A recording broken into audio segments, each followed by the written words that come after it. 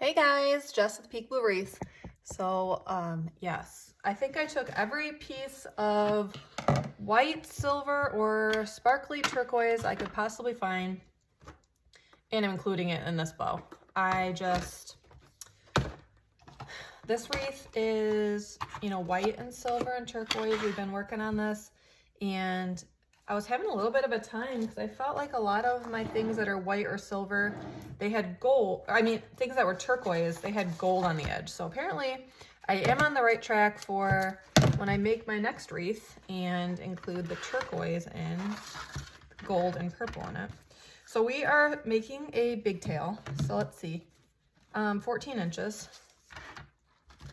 This ribbon is item number X820609-04. Most of my ribbons I get either at Hobby Lobby or at a website called craftoutlet.com, which is a really nice website for wreath materials. And you don't just have to be a wreath maker to shop there. It can just be anybody. And I think they have free shipping at like $69 or something like that. It's probably gone up since the last time I bought there, as is everything. But we are making this bow. Let me try to fix that angle a little bit. All right, so we're making our first loops. So we are using all 1.5 inch ribbons, which I don't normally do. I had planned on having this really pretty 4-inch turquoise ribbon that I was excited to find, but then as I got to opening it, I realized that it had gold on the edges. So apparently that is a thing. Turquoise and gold go together well. So that's a sign that, my next wreath is going to be on trend. That's what everybody else is thinking that's designing the ribbons. All right, so we're just taking the ribbon, we're putting it through, this is called a bowdabra, and we are twisting it when we put it through so that the unfinished side is facing up, and so that when we put it back down in our bowdabra, the pretty side is showing. So we're making each of our loops about 6 inches long. We're gonna do 2 sets on each side.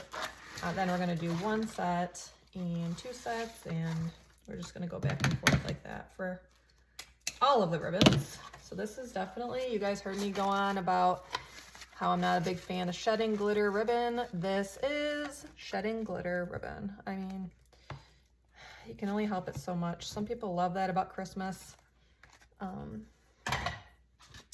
I don't love how the glitter follows you forever and you think you got it all off, and then you'll end up finding more, hopefully not in your eye, right? Sorry, it's kind of a weird joke to make. Although glitter can get in your eyes and it can be serious. So there we go. All right, so we have 6 inches on each side. Now we're gonna go in with our next ribbon. I have some that are glittery, some that are just shimmery. This is just a shimmery one, so we'll go in with that one next. This one is from Hobby Lobby. It's a silver. It has some lines in it. So I'm just trying to break up the glitter a little bit while I can.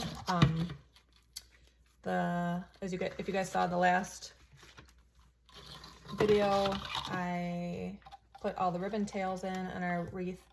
They're turquoise, and then there's really pretty silver, sheer silver, alternating in between the two. And then I have, I'm not using any of those ribbons in this bow, so that even though they are in the same color family, we are going to get a little bit of a break between the ribbon tails and the ribbons in our bow. I've learned in designing that is the best look for me, is not using the exact same ribbons in the bow as in the ribbon tails most of the time, because it's too much and it blends in. And even though matching is important and a cohesive look is important when you're making a wreath, at the same time you don't want your bow just blending in. So I want to make sure. I was just looking at some pictures on Facebook today. I'm not putting anybody down, but I was looking at a wreath, and it had a sign on it, and the sign looked like a little bit off center, and I wasn't sure why. But then when I looked closer, I realized it's because there was a bow on there, but I didn't even see the bow at first. So this has a sparkle, but it's more of an iridescent sparkle, so it kind of looks like pink and turquoise-ish. Who would have known that there's different kinds of glitter?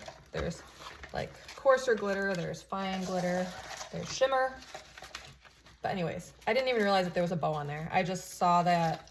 I thought to myself, why is that sign off center? And then I realized it's because there was a bow on there, but I didn't see it. So we're trying to avoid that. Not putting anybody down, but just saying based on my past experiences too. You don't want to spend all this time making a wreath and all this money on supplies and then not have it turn out like you envisioned.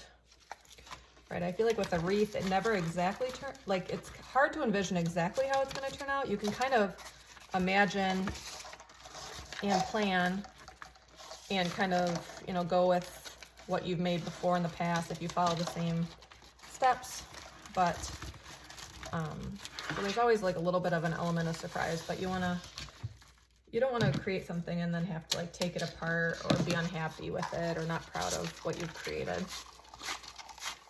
Nobody wants to waste time, right? Even though it's a learning experience, it's not wasted time. So this ribbon was actually from Celebrate It. I think that's Walmart. I'm not sure. I feel like I might have got that one from somebody. That's one thing that's nice is that when like my friends learn that I make wreaths, they'll be like, oh, I had this ribbon left over from Christmas and I never used it and I don't know if I will. It was from, like I had a friend give me some stuff. She's like, I never used it for my wedding decorations or my baby shower or wedding shower. She's like, I don't think I'll ever use it. Do you want it? Yes, I do. Thank you. Oh, I like the way this is looking. I wasn't sure at first since it's all 1.5 inch ribbons. I'm making sure that I do not rub my face. I'm trying my best. I always have this funny story that I went and got my hair done one time last year, my highlights done, close to Christmas time, and my hairdresser, she goes, it looks like there's glitter on your scalp. Yep, there was. This ribbon's really pretty because it's sheer, but it has like flocked white polka dots. So it's like, I know nobody's really going to be feeling the wreath, feeling the bow necessarily, but it's all in the details over here at Peekaboo Wreaths, and I just love that. So we're putting this in. We're actually gonna, no, we're gonna finish with that because I like that so much. I've never used that ribbon before. I didn't know it was raised like that. We only have a little bit left of this one, it looks like, so we're gonna be using this one because we're just doing two loops on each side of this one. This is a little bit of a lighter blue, but I think it'll still work with the turquoise family. Like the turquoise greenery that I'm going to be adding in, it is like a darker turquoise. This is more of like a light, like a medium blue. But then the sign that I'm going to be using, the swaddle on the baby Jesus, it is like a robin's egg blue. So it's still kind of in the turquoise family. So I think it'll work. That's one good thing about wreath making is like the colors don't have to match exactly. It's okay. It's okay. It usually works out better when it's not all like matchy, matchy, matchy. All right, I just have a little bit left on there. I might put that on the very top to hide the pipe cleaner. All right, so back to this one. I'm gonna scrunch it where we did before. We're gonna do 2 loops on each side. So every time that I make a set of loops, I'm making sure that I come in about 1/2 inch so that you can see all of the layers of the bow. They're not covering each other up. I know when I first started making wreaths, I didn't really, I hadn't practiced as much. I could say that. It's not that I didn't know, it was I hadn't practiced as much. And I would make my loops like similar sizes, thinking it was gonna make like a nice big wreath bow, which is a good idea, except the problem was they would all cover each other up because they were all the same length. So that's not a look that you want to go for. If you're spending the time and the money, you want to make something that you can see every little piece, every little detail. All right, I'm almost at the end of this ribbon, which is a little sad because I do like this one. I've never used it before. I must have received it.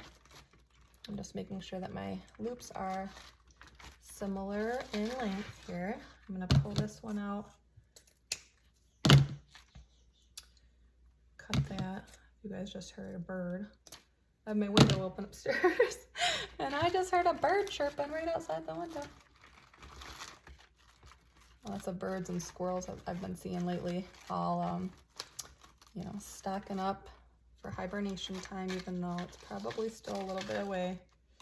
Sometimes here in Michigan, I know last year, this is the very end of the roll, so I'm just gonna take that tape off. I might use that as a little bit of the bump to hide that pipe cleaner. But anyways, here in Michigan, we tend to, like last year it was kind of warm on Halloween. I remember my kids had these adorable costumes. They were, let me think. Do I want to put that one more time through? I just have a little bit of this left. Anyways, they were Sonic and Shadow last year.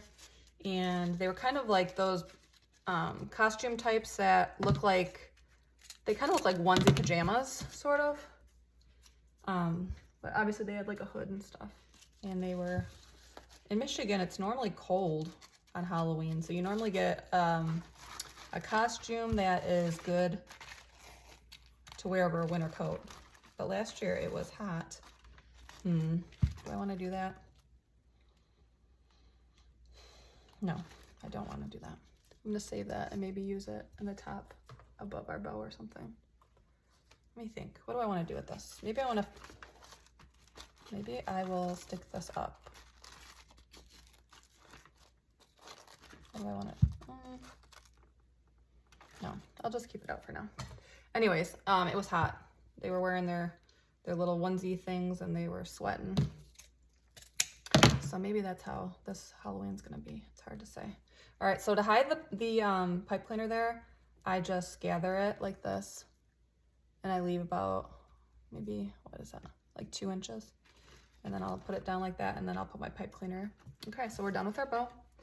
And we'll take our pipe cleaner. I just fold it a little bit. It's the same color that I used on my wreath. And then I take my hand and I scrunch all the loops together, making sure that nothing is slipping or falling out or moving. I lift my thumb slightly, put that pipe cleaner underneath, and then I twist it as tightly as I can, a few times around. You don't want any of the bows or loops or anything falling out.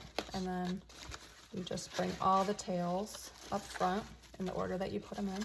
And they're all wired ribbon, so they're all going to lay nicely and have a nice little curve when you run your hands through them.